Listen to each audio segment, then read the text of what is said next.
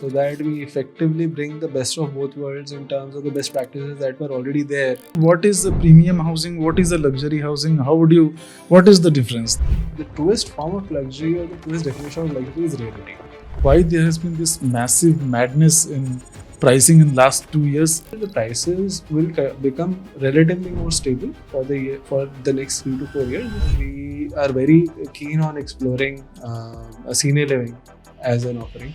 SEBI is a centralized organization. Rera is not a central body. It's the second largest employer in the country. You can't have such punitive measures or such. After buying my first house, I invest in stock markets or property. Every asset class has its investment side. And if I made up my mind in investing in real estate only, I should opt for commercial real estate or residential. See, that depends on the outlook that you have. REIT is a good option. REIT is definitely a good option. Would you suggest young entrepreneurs and professionals to get into this particular industry? The opportunities are immense. So had you not been in real estate, what you would have done? I used to play for Delhi under 16. I might have been a cricketer.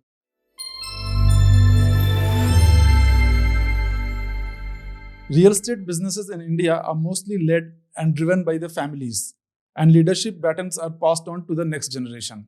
There are very few companies in India which are driven by professionals. So we thought of conversing with one such professional, Mayank Jain, who is the CEO of Kreeva, the premium real estate brand of the Kanodia group. Mayank, welcome to the show. Thanks. So from IPC to builder side, how and why did this change happen? What made you opt for this? See, having worked in the real estate sector since the beginning of my career, and having spent close to a decade and a half in the sell side of the business, one thing that constantly kept on coming to the forefront was that there is a lot of difference that you can make when it comes to this particular industry. And on the sell side, see, when you are working as a banker, you're consulting the client. So in my capacity, my team and myself raised about close to $2 billion for the NCR market amongst number of key developers. But there always seemed to be some gap in terms of which could be filled to create a difference for the market. And when Mr. Gautam Kanodia and I met, and he showed his keenness to explore developing a full stack real estate development platform, there was an alignment of thought in terms of the vision that we both had in terms of what should be done, where can we create a difference. So that's where it just clicked. And we spent a good amount of time in working out the structure, what works best, what are the problems that the other key stakeholders that have kind of dominated the market over the years have faced in their operations, and how do we take those learnings into our stride to effectively create an organization or an outfit which actually can deliver value for our end consumers. So that was the thought. But isn't there a huge cultural difference, the work culture in a builder organization in comparison to the place where you have worked the finance side, the IPC side? There's a huge difference. Yes, that is, see, one of the reasons as to why we wanted to create something from the scratch was for that very reason. So that we effectively bring the best of both worlds in terms of the best practices that were already there in the real estate space amongst the people who've been leading this particular sector, at least in NCR, and the best practices of the environment that I was exposed to for about 14-15 years. So idea was to bring both best practices of both the sectors together and build something of value.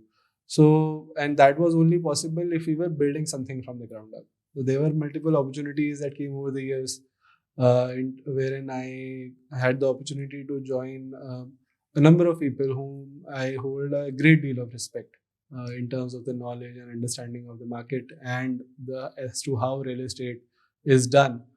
But one thing that I always felt was that joining a ship which is already on its course, you can't, you have only limited amount of flexibility in terms of changing the course or the direction in which it is headed. So when this particular opportunity came, wherein we had the chance to create something of our own, something from the scratch, I did not want to let it go. Tell us more about Kreeva, because we know about Kanodia Group. We are not much aware of the Kreeva brand. So, as you're aware, Kreeva is a real estate arm of the Kanodia Group. We want to establish ourselves as an out-and-out luxury player in the market. So, all the key names that comes to our mind when we talk about real estate are all-weather operators, in the sense that they offer the entire paradigm of offerings, whether it is mid-end housing, affordable housing. Now, premium luxury being the flavor of the market, and the more and more players are pivoting towards that direction. However, we are very clear that we are and will always be a ultra luxury or a luxury player today and going forward as well. So we will not necessarily venture into mid-end housing space, because we have a particular target segment in mind which we want to cater to. Because as a brand, we are very clear that we don't want to become the biggest player in the market, but we certainly want to become the player that people line up or take pride in being a part of. I would rather have 100 customers who are extremely proud and take a lot of prestige in living in a Kreeva product, rather than having 1,000 customers. So that's the logic with which we are operating. You said premium. I want to know, what is the premium housing? What is the luxury housing? What is the difference? There are various terminology for my own understanding. See, one of the very known people in our country said poverty and luxury is the state of mind. But see, luxury housing we has been the what should I say, the buzzword per se, as far as the real estate story of over the last 3-4 years is concerned. But one thing that I constantly keep on reminding people is that luxury segment never went away. It was always there. Right. It was just that it was prominently concentrated. If we are talking about NCR, it was predominantly concentrated towards Delhi. So locations like GK1, GK2, Alaknanda, Sundarnagar, so key hotspots in South Delhi and Central Delhi. Lutyens Delhi. So these were the what should I say, the poster boys per se of luxury housing in northern hemisphere of the country. What has happened over the last 3-4 years, especially after COVID, is that the outlook as to what constitutes luxury has changed. Traditionally, it has always been focused on bungalows and independent premium floors concentrated in Delhi. But now the thought process has evolved, and people have started looking at condominium complexes as an equivalent alternative to the units that are available in Delhi. So even if we did a study about 7-8 months back as to what was driving the demand for luxury houses in Gurgaon and Noida. Gurgaon doesn't necessarily have its own demographic major. Majority of the uptake in demand is happening from the people who are moving in from Delhi. So there are two types of TG that is coming in.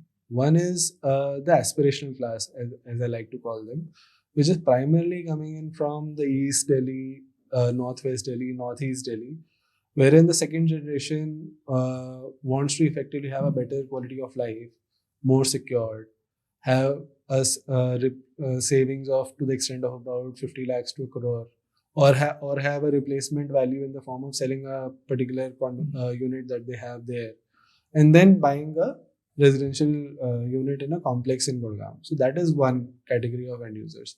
Second category of end users is the one who looks at real estate not from a perspective of aspiration, but from a perspective of prestige. Which in the sense that they don't want to necessarily talk about the value that real estate pertains, but the prestige value that the real estate brings. So that is the class that is effectively driving your luxury housing in Gurgaon. And majority of it comes from the hotspots within Central Delhi and South Delhi. 80% is coming from there. And we conducted a study, and effectively the numbers aligned. And one needs to understand is why people are coming in. See, somebody who has been living in, say, Kailash Colony, for example. typical price of a builder floor there is about anything between 12 to 20 CR. But despite owning such an expensive piece of real estate, they are still struggling with basic amenities, services, parking, which have become a daily hassle for them. And that's where effectively the purchase decisions towards Noida and Gurgaon are happening. Because the basic appeal is that they are kind of getting some similar exclusivity and privacy that a builder floor or a bungalow offers, but at the same point of time, they're getting much more than that. So that's the appeal. Okay. So in terms of Delhi NCR, when we say luxury and various other segments, can you differentiate in terms of pricing? Up to this price you will call affordable, then mid housing, then premium luxury. How would you define it? See, definition of luxury tends to vary with location. One has to effectively determine as to which location one is offering a product, and then has to decide that whether that particular location is commensurate with the kind of offering that you are bringing to the market. So, for example, there are Gurgaon as at large is basically divided into 4 key segments. One is the south of NH8, which basically includes the micro markets like MG Road, Golf Course Road Extension, and now SPR as well. Second part is New Gurgaon. Third part is Old Gurgaon. Fourth part is Dwarka Expressway. So these are the 4 key segments in which you can segregate the entire city of Gurgaon. Now, one key fundamental that one forgets at times is that when you are selling luxury, the truest form of luxury or the truest definition of luxury is rarity. And you can't effectively ignore that element. And the rarity aspect of real estate is brought about by the location where the project is.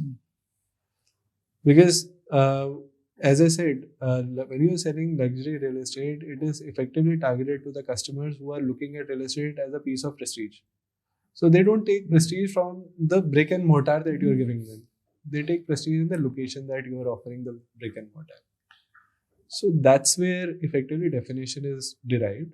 As far as the price brackets are concerned, see, in the current sphere, affordable housing is something which has driven the market over the last 7, 8 odd years from 2013 to 2020. 60% of the total absorption in Gurgaon, or rather in NCR, was in the affordable housing space, primarily driven by a number of incentives that were given by the government. There has been a shift toward premium housing, not just because people are no longer keen on affordable housing. There is strong demand for that as well. However, the cost centers and the cost metrics have stopped supporting it, because the incentives that were making a difference back then, say 5 years back, they are no longer making a difference anymore, because the input cost has gone up exorbitantly. So that's what the issue is. As far baki pricing में उनको define करना is very difficult. Okay.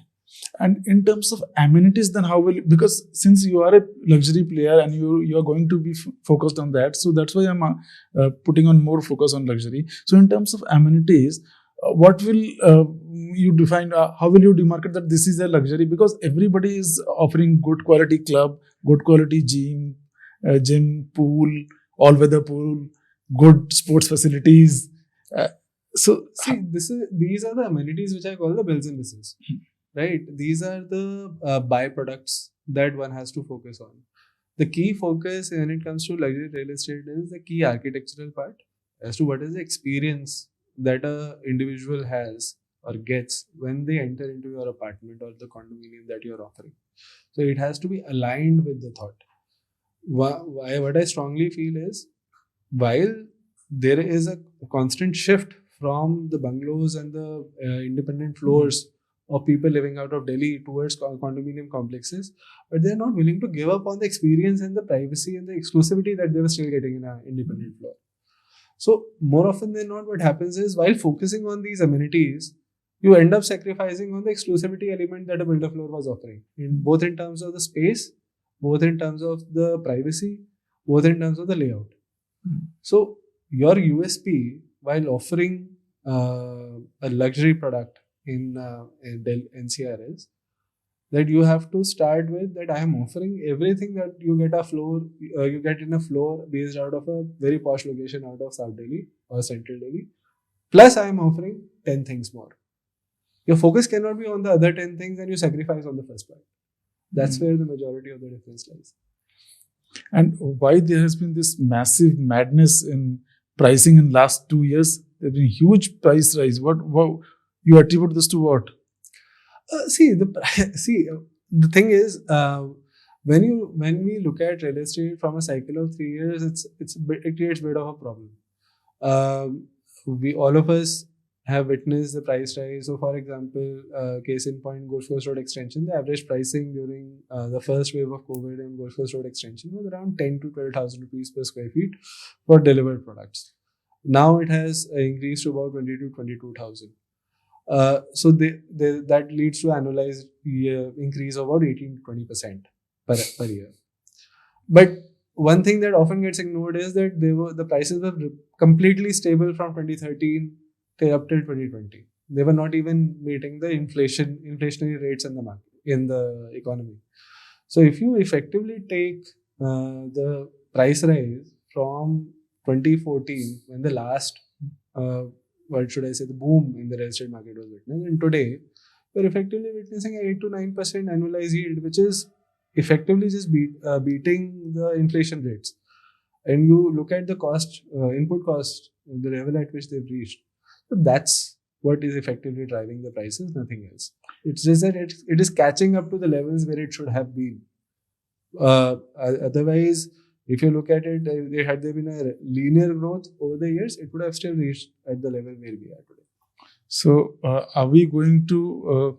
Has it been the beginning of the same cycle now? Because now we are seeing that prices are more or less getting stabilized, and there are experts who are whispering that it's the beginning of a stable cycle, maybe even a downward cycle for next few years.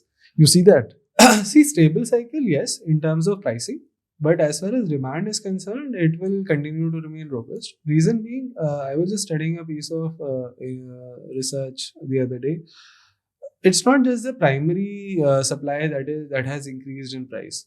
Truest way to understand as to whether what is driving the demand, whether it is the end users or the investors, is to understand what's happening in the secondary market. How many exits are happening? What is the price rise in the ready-to-move-in units of older complexes? You would be pleasantly surprised to hear that secondary market trades for projects which were completed 3 to 4 years back have also witnessed a price rise of more than 30 to 40%. Those units are not going to be bought by investors. Those units are being bought by end users also. The one who has to live there. So it goes to show for the fact that this demand this time around is, for all good reasons, is being driven by end users now, and which will ensure that the demand remains sustainable. As far as the prices are concerned, I am also of the view that the prices will become relatively more stable for the next 3 to 4 years, because they've reached a particular level wherein there is enough room to make enough room for all the stakeholders involved, whether it's the end users or the investors or the developers or the landowners. So this is where I think the market should be proceeding over the next 4 to 5 years. So if there is no price rise, which means from an investment point of view, it's a downward return if the prices are more or less stable for next 3, 4, 5 years. As a real estate outfit, I am very clear that at Kreeva, we are more focused on creating offerings which are focused on the end users. Because the space that we are at least operating in is something which is deeply curated to meet the requirements of the end users. You asked me as to how you are going to make a differentiation in the market. One thing that one has to understand while bringing in something which is going to attract a huge amount of investment from somebody is to understand what they need, is to understand what is the problem that they're facing in the place that they're living in. So all the products or all the offerings that we are planning to bring to the market are deeply curated to address those concerns. So we are very robust and confident that we should be able to reach out to the ultimate end user and effectively sell our products to them. Now, we are witnessing, it's over decades that we are witnessing a slower rate of population growth. So, how much that is going to impact real estate sector in the longer term? See, in the midterm, there doesn't seem to be major impact because still 2/3 of our population is still below 30 years old, which categorizes us as a very young nation. However, the declining population growth is certainly going to have an impact in the longer term, say over a 20-year cycle, because one has to understand that real estate buying decisions, when you look at the demographic perspective, happen either in the age bracket of 35 to 45 or happen between 55 to 60. These are the two age brackets wherein your disposable income is the highest. A 35-year-old is typically a first-time home buyer who is an aspirational buyer looking to effectively improve his or her quality of life. A person in his mid-40s is looking to buy real estate from a perspective of prestige. A person in his mid-50s is looking to buy self-respect. ना वो trust देख रहा है, ना वो aspiration देख रहा है, वो सेल्फ रिस्पेक्ट देख रहा है. तो आपको उसी हिसाब से अपने प्रोडक्ट्स क्यूरेट करने पड़ते हैं. उसको एड्रेस करते हुए we are as at Kreeva, we are very keen on exploring a senior living as an offering, because we strongly feel that it is a category which is very undercatered, at least in northern India. The concept has picked up a lot down south, and there are a number of operators who are doing very, very well, doing good work, delivering right kind of value for our elderlies. And I think that's a concept that has to take center stage when it comes to real estate story in NCR as well. It's not just a real estate concept. You have to understand that services are the hero of this product category, not the brick and mortar. No matter how good you may make the product, unless your services are cracked, you are not going to be able to deliver the value that you want to. So that's where I think a lot of people, I know at least 5 or 6 people who are understanding as to what constitutes a good senior living project, what are the requirements of those customers, so that once we enter the market, we are fully prepared and capable of offering the right kind of services and the product to the customer. And that's where I think the real estate has taken the right kind of a shift. The amount of research and focus on analytics that has been given in the last 3, 4, 5 years by key operators is something which is a very good sign. This was something that used to lack in real estate a bit earlier. Now we will want to understand what people want to consume and then offering the right product. So you are in talks with a specialized service provider? Yes, we are. The focus is to bring in a couple of international operators to India who are currently managing anything between 35 to 45,000 homes across the globe. So idea is to bring in the best quality of services for our elder population and give them a sense of self-respect that they very much seek for during that stage of their life. So you have been in the industry for long. Now, in past 5-6 years since Rera came, how much have you seen the industry changed and evolved post enactment of Rera? So Rera has made a lot of difference. See, one thing that Rera has rendered is that it has made old ways of going about real estate completely obsolete. So you had to become disciplined from a cash flow perspective. You had to become much more corporate governance driven.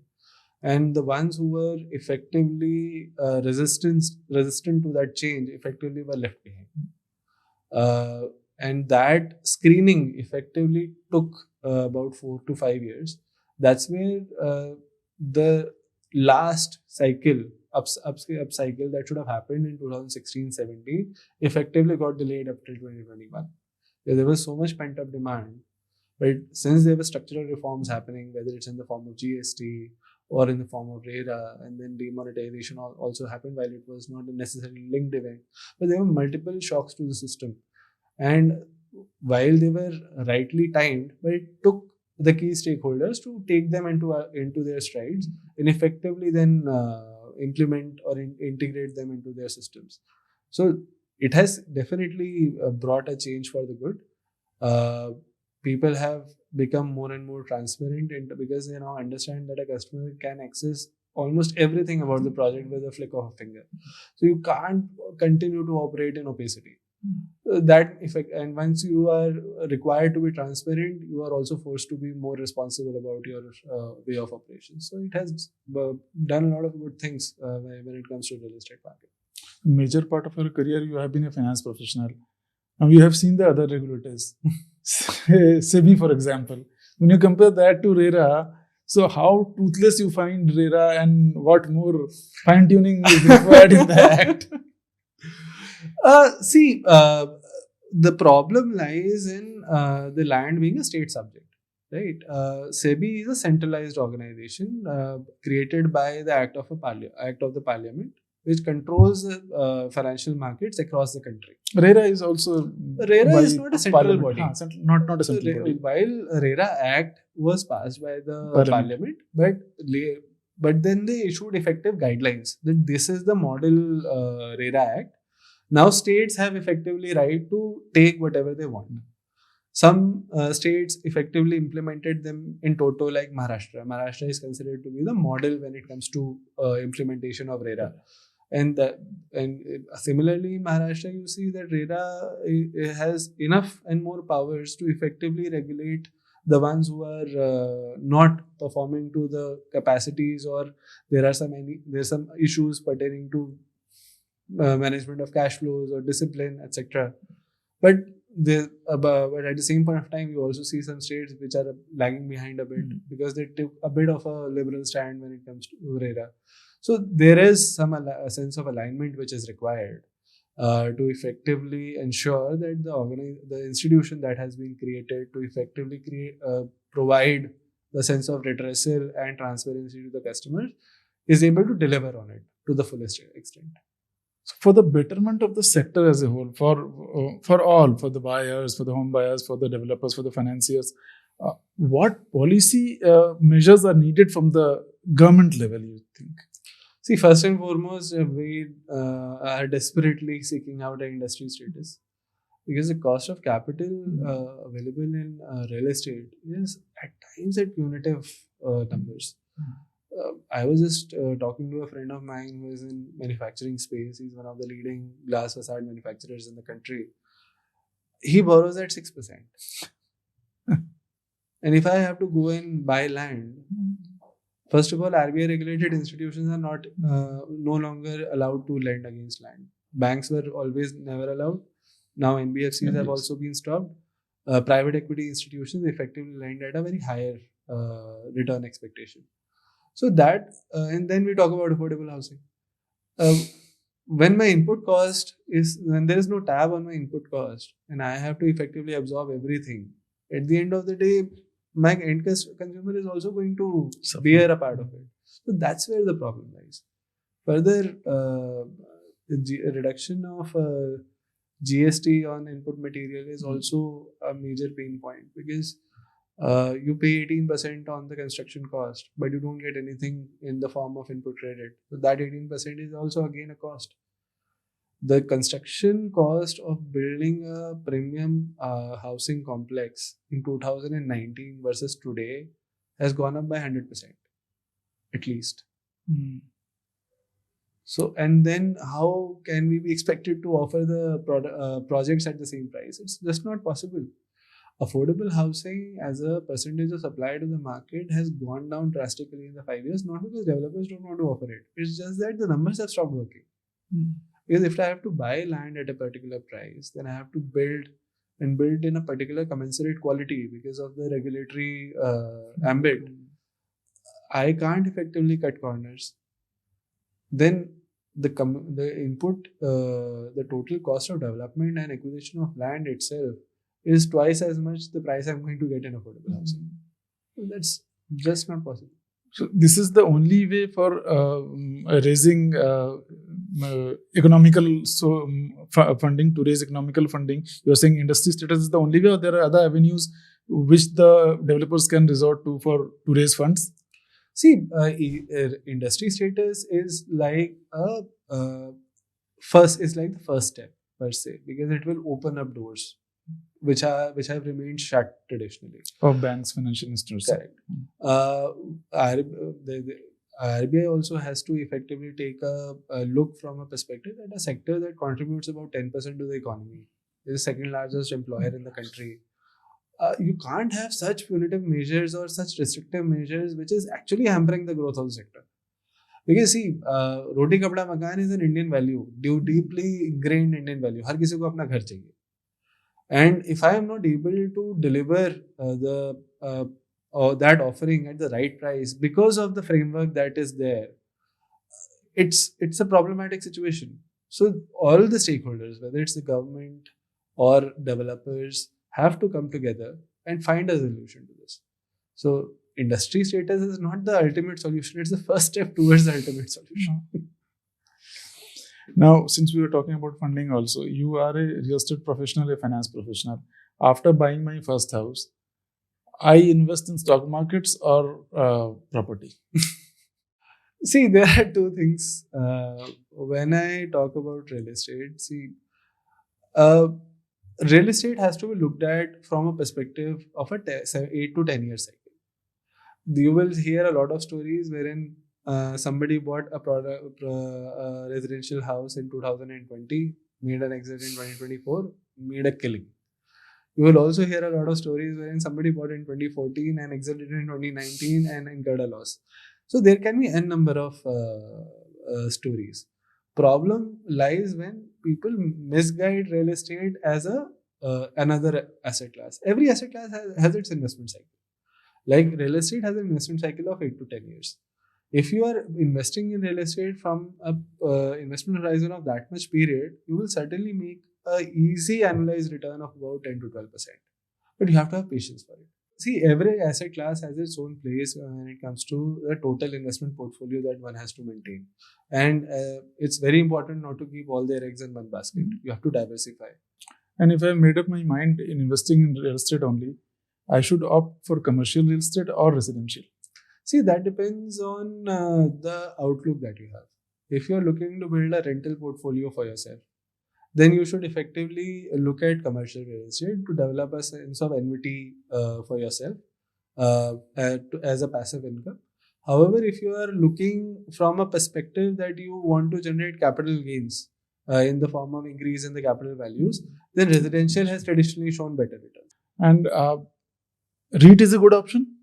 REIT is definitely a good option. For somebody who wants to get a flavor of as to how real estate functions from an out and out financial standpoint and wants to start small, REITs offer a very good option to a first time investor who has about 2 lakh rupees with himself or herself and want to understand as to how real estate numbers work.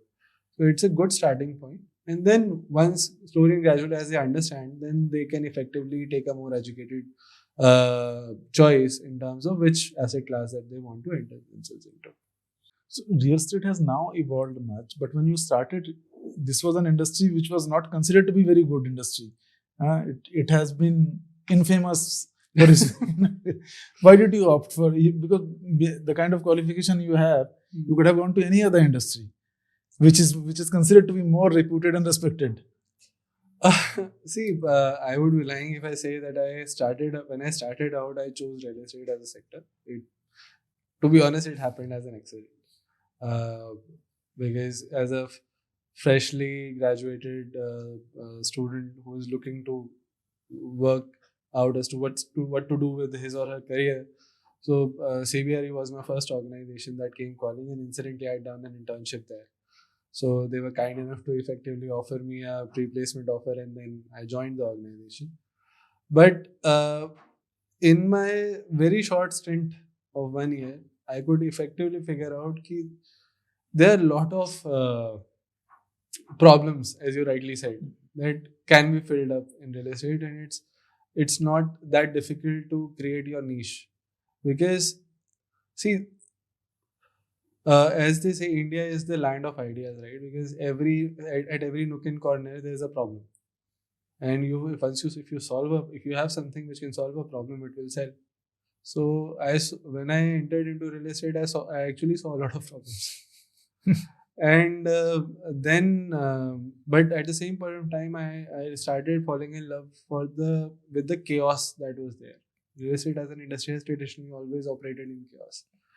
So that's where effectively I decided that let's spend some time in this. Let's understand the industry better. And the more and more I went into the depths of understanding as to how the amount of blood and sweat that goes into building a project, the amount of research that is required, the amount of resources that are required, and how big a collective effort it is to effectively bring a project to reality. It was a mesmerizing sort of a process. And that's where I saw some areas wherein I thought I could make a bit of a difference. And that's where the story started. But the industry still lacks professionalism. Uh, I if I can answer this question, what I feel is that we still have a long way to go as compared to other sectors. But in the last 4 to 5 years, I've seen a lot of professionals who are coming into the real estate, which is a very good change. And that is again a byproduct of the structural reforms that have happened in the last decade or so. Because see, uh, regulatory reforms effectively ensured stability ensured transparency, and transparency effectively ensured trust. And trust will effectively bring in the best kind of talent to your business. So that's what is happening. The reforms that happened in between 16 to 18, we are reaping the benefits of that. But still a very, very long way to go. And there are needs of professional real estate courses at the university level, you feel so? Yes, definitely. Because there are only a handful of institutions who effectively teach real estate to the core. See, understanding real estate at least in India, is about traveling and understanding as to how the industry works at the ground level. You can obviously develop the theoretical knowledge from the books and the case studies, but the day-to-day challenges, when I go to the office, every day is a new crisis, because that's the way it has supposed to be, because the number of stakeholders involved in any undertaking are innumerous. So and everybody has his or her perspective towards things, and there is so it will effectively always lead to a difference of opinion. As a key management professional, my job is to effectively ensure alignment of thought process amongst all the stakeholders, both inside and outside. So that's where the I think education towards real estate in terms of understanding the core competencies of what is required is critical, and that to an extent is still missing a bit.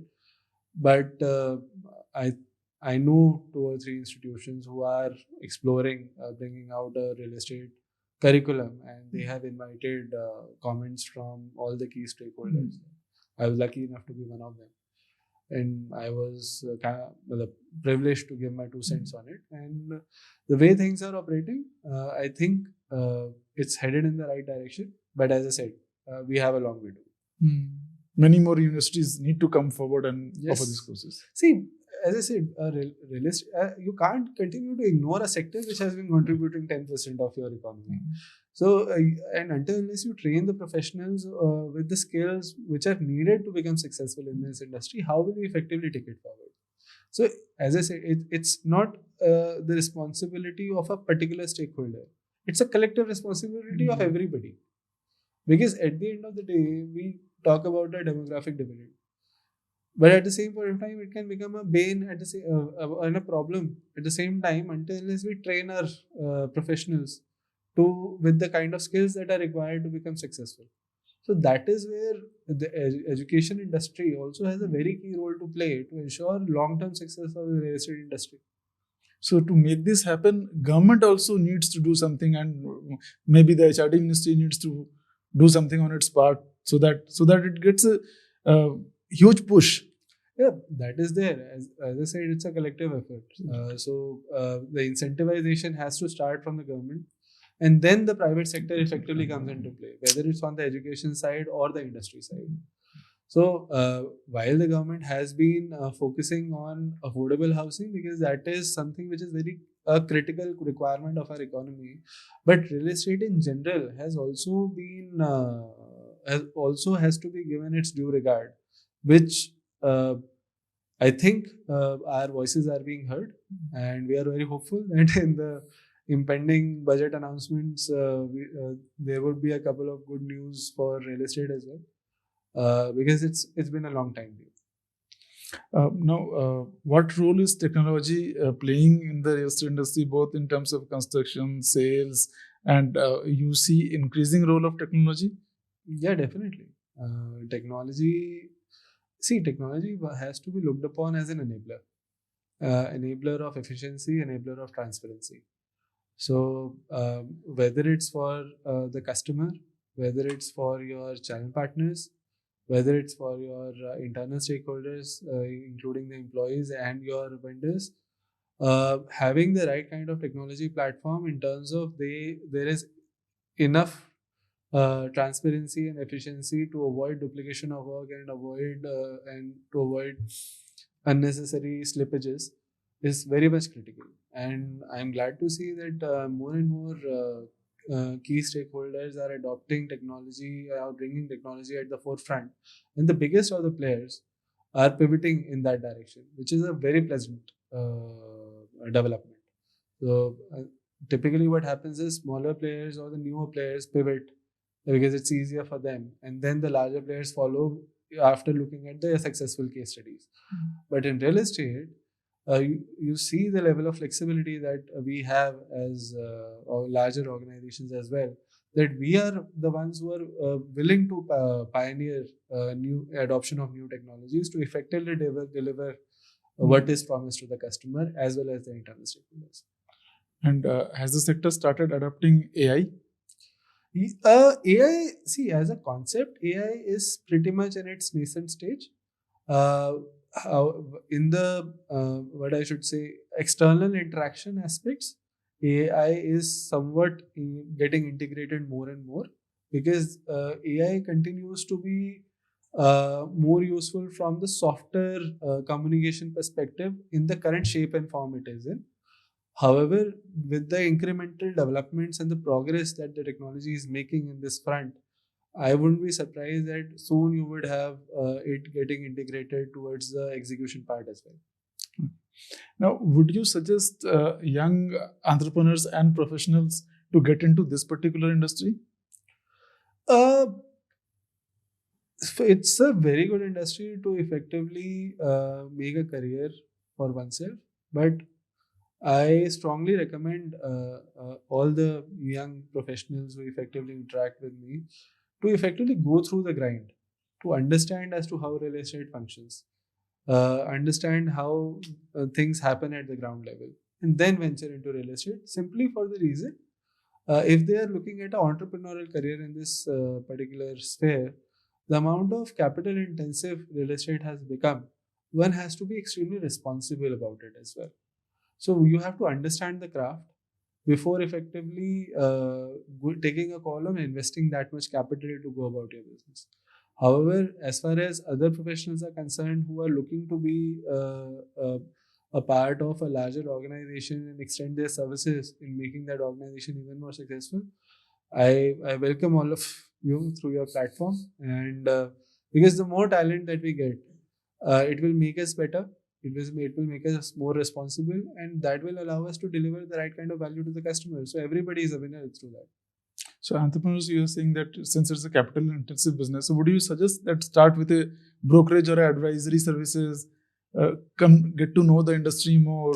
See, opportunities are immense. You can be a part of a, if you're an engineer, you want to understand the execution part of it, you can join a developer on the project side to understand as to how execution happens. If you have what should I say, a more creative bent of mind, then you can be a part of the branding of the marketing team to understand as to how communication with customers or internal, external stakeholders happen. If you are interested in sales, then obviously there is a dedicated sales team. So real estate as a sector is something which effectively has all the functionalities covered. So depending on your bent of mind, you can be a part of an organization and understand as to how it functions. Because in real estate, all the functions are interdependent with each other. They interact more often than not as compared to other sectors. So your CRM department will constantly interact with sales because there is constant intervention amongst the two of them, which typically is not the case with other industries. Once the sale happens in other industries, CRM completely takes over. In real estate, there is constant interaction across functionalities, and once you enter, you will get a flavor of everything. Is plotted development a more lucrative business than, because see, one developer was saying me that a few years back there were two guys having adjacent plots. One started developing his building, and in the year 2019 or 2020, the rate at which he sold the flats, now he is earning nothing as compared to the one who was sitting on his plot and sold his plot today without any hassles, without any approvals, ka jhanjat, without anything. So is it a lucrative business, more lucrative business? See, from a developer standpoint, what I can tell you is plotted development is something which is in the core focus amongst all the key operators in the market, because even from a financial standpoint, it makes sense. Given the way real estate has become capital intensive, you also need projects which have a quick turnaround. So offering plotted township projects is not only conducive from a customer standpoint, but also from a developer standpoint, from for no reason but from a perspective of cash flow management at a larger organization level. Now, from a end user perspective, if you are planning to build, as I said, you have to be very financially confident and secure, in the sense that if you are breaking ground, you have to have visibility of where the money is coming in. So had you not been in real estate, what you would have done?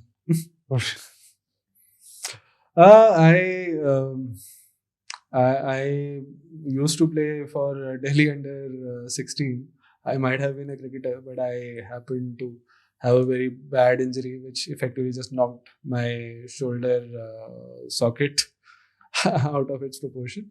But yeah, if I had not become an investment banker, I would have given cricket another shot. And it was in which year when you were playing under 16? It's been about 20 or 18 odd years back. So any of your friends who have made it big in the Indian team or in the cricket circle? Yeah. So a couple of friends are continuing to play Ranji cricket. They've not been able to. They've not made it to the Indian cricket team as yet, but two are doing the Delhi Ranji team very proud. And what are your passions? What are your hobbies? What do you do apart from real estate? I like to read a lot. So when I reach back home, I like to open up a book late at night, and I continue to read till the time I sleep. So and what do you like to read? I like to read non-fiction. I like to understand. I like to read about political personalities, sports personalities, and industry leaders, as to what effectively made them what they are today. Because see, at the end of the day, you have to take lessons from the experiences of others, and that's what effectively makes you more successful, or run extra more kilometers as compared to others. So the constant drive is to keep on improving myself. Rest of the time, I like to spend with my family, with my two dogs who keep on troubling me all the time. and which are the personalities that inspire you? Tell me one name from various segments: one sports personality, one political personality, one corporate personality you are impressed with and you are very inspired. See, as far as sports personalities are concerned, I am really enamored by Cristiano Ronaldo, who is a footballer. There is a constant Messi versus Ronaldo debate. But what I resonate more with Ronaldo is the work ethic that he has.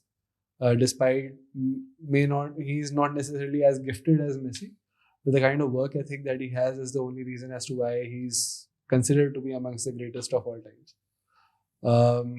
As far as political personalities are concerned, I have a great admiration for Atal Bihari Vajpayee and our current Prime Minister as well.